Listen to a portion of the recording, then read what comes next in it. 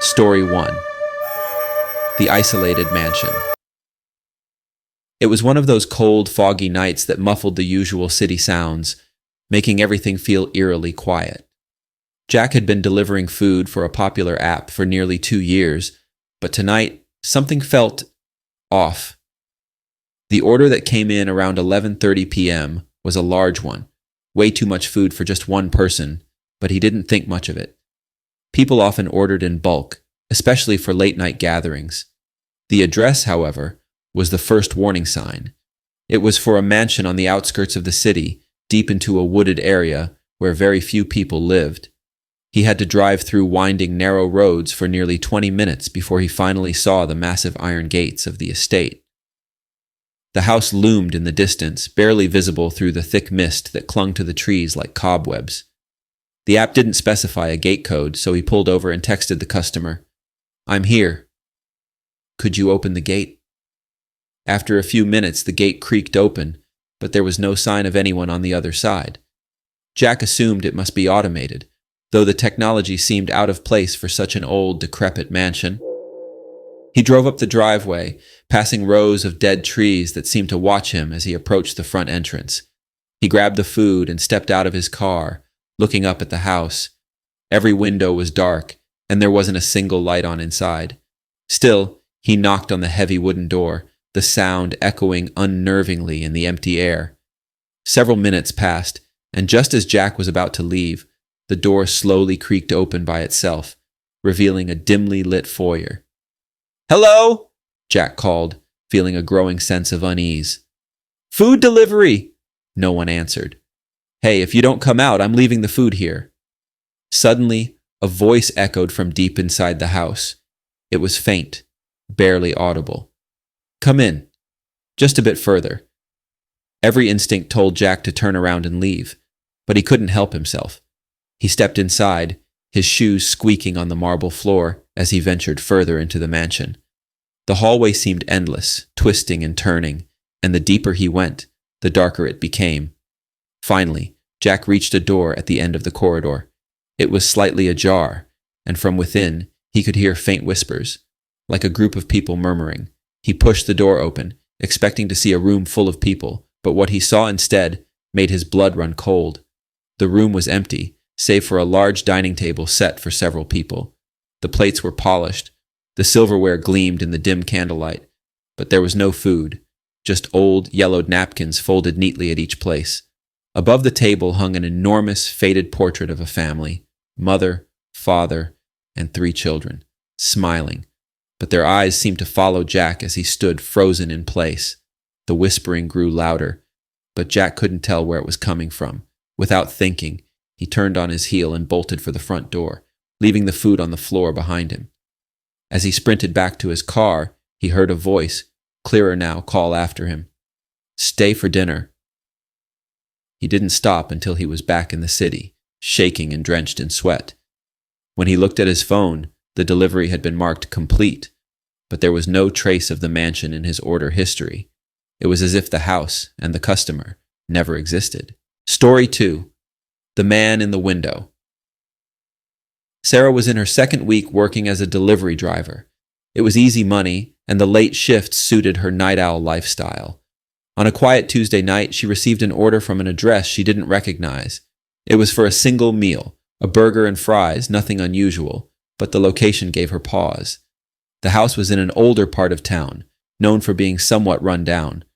When she pulled up, the streetlights were flickering, casting long, distorted shadows across the cracked pavement.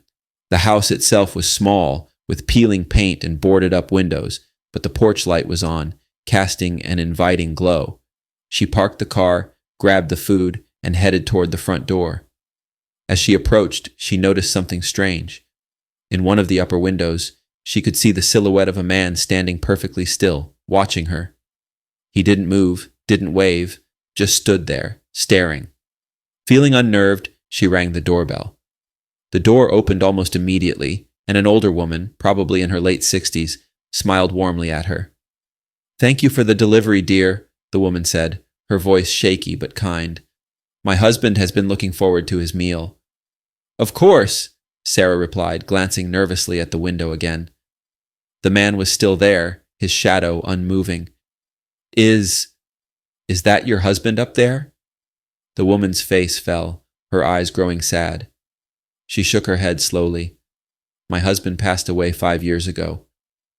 Sarah froze, her stomach flipping as she tried to process what the woman had just said.